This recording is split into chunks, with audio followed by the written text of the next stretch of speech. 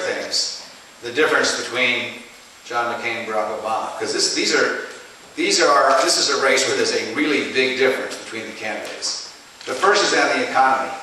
Basically, John McCain believes that, along with George Bush, that if you give tax cuts and tax breaks to the people who have the most money, somehow that trickles down and helps everybody else. That's what we've seen for the last 8 years.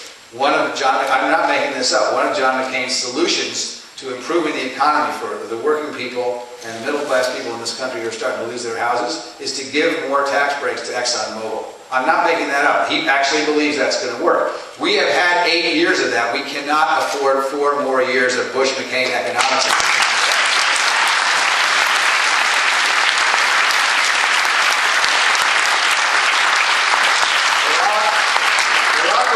Thinks that the people who didn't get a tax cut the last time are the people who deserve one this time. 95% of American families, your parents, are going to get a tax reduction from Barack Obama. And why is that? Because if you need to stimulate the economy, the thing to do is to cut taxes and leave money in the pockets of middle class and working class people, because under these economic circumstances, those are the folks that have to spend the money.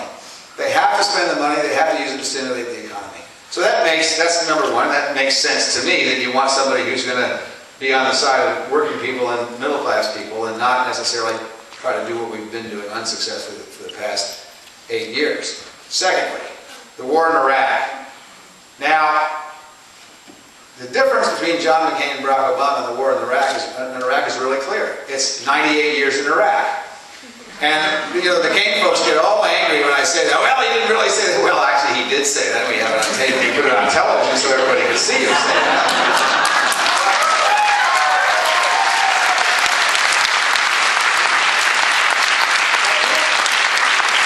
Then the Republicans go back and say, well, he didn't mean we'd be in combat. And that's true. He said we wouldn't be in combat. Anybody here serve in the Armed Forces of the United States? Raise your hand. Thank you very much for your service.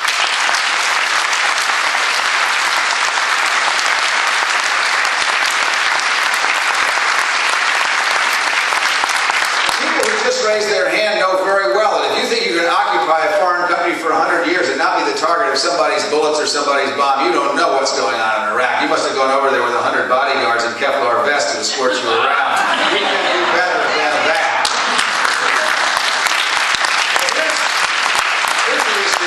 Here's the issue that the Republicans just don't get. We're spending $10 billion a month in Iraq. We need that money here in Maine so we can have better schools, so that we can help you all so you don't leave this school with this huge debt that you can't pay off, so that we can do something about the roads in Maine, and so that we can have a